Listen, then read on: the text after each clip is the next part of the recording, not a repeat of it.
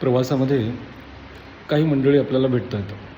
म्हणजे गप्पा सुरू होतात आणि कधी-कधी अगदी कळत-नकळतपणे आपलं ते आयुष्य उघडवून दाखवतात, उलगडतात किंवा अ, एक शेअरिंग होतं ते आपोआप होतं.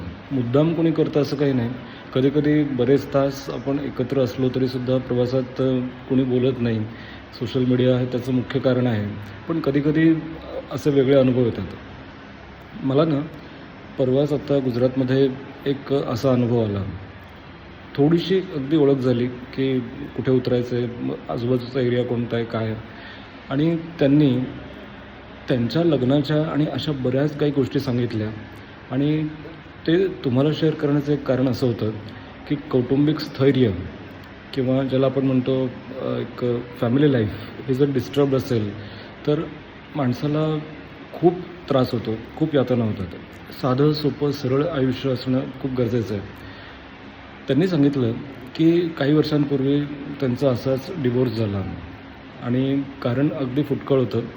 म्हणजे माझ्याकडे पैसा आहे, माझ्याकडे पोझिशन आहे, चांगलं बँक बॅलन्स आहे आणि इगो खूप महत्त्वाचा होता. त्यामुळे मी माझा जो पार्टनर होता, म्हणजे एक महिला, त्यांची पत्नी, तिला खूप वेळेचं मानसिक टॉर्चर केलं. वरून सगळं छान होतं. सोशल स्टेटस आमचं चांगलं होतं. लोकांमध्ये आमचं एक चांगलं लोकांमध्ये उठ-बस होती. शिकलेलो आम्ही होतो. पण तरीसुद्धा माझ्या लक्षात असं आलं, की काही गोष्टी अहंकारामुळे आणि केवळ चुकीची मानसिकता बाळगल्यामुळे तसं ते नुकसान झालं.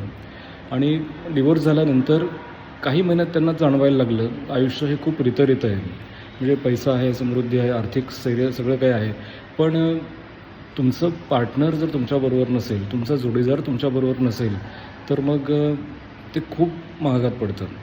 म्हणजे आणि त्यांनी आवर्जून मला हे सांगितलं, की मला प्रत्येक वेळेला मग म्हणून इतरांना सांगावंसं वाटतं, की ॲडजस्टमेंट, संसार किंवा लग्न म्हणजे ॲडजस्टमेंट असते. मिस्टर परफेक्ट किंवा मिसेस परफेक्ट असं कुणीही तुम्हाला सापडत नाही, कधीही सापडणार नाही. आपणही परफेक्ट नसतो. काहीतरी गोष्टी घडतात, काहीतरी उणी-तुणी असतातच, पण त्यातून तुम्हाला खरंचच ॲडजस्ट करण्याची तयारी झाली पाहिजे. Accept person as he is or she is. जसं आहे, जसा तुमचा जोडीदार जर तुम्ही स्वीकारलात, तर कदाचित हे जे आत्ता सध्या डिव्होर्सचं प्रमाण वाढतं आहे ना, तर ते होणार नाही. दोघांनी सामंजस्य ठेवायला पाहिजे.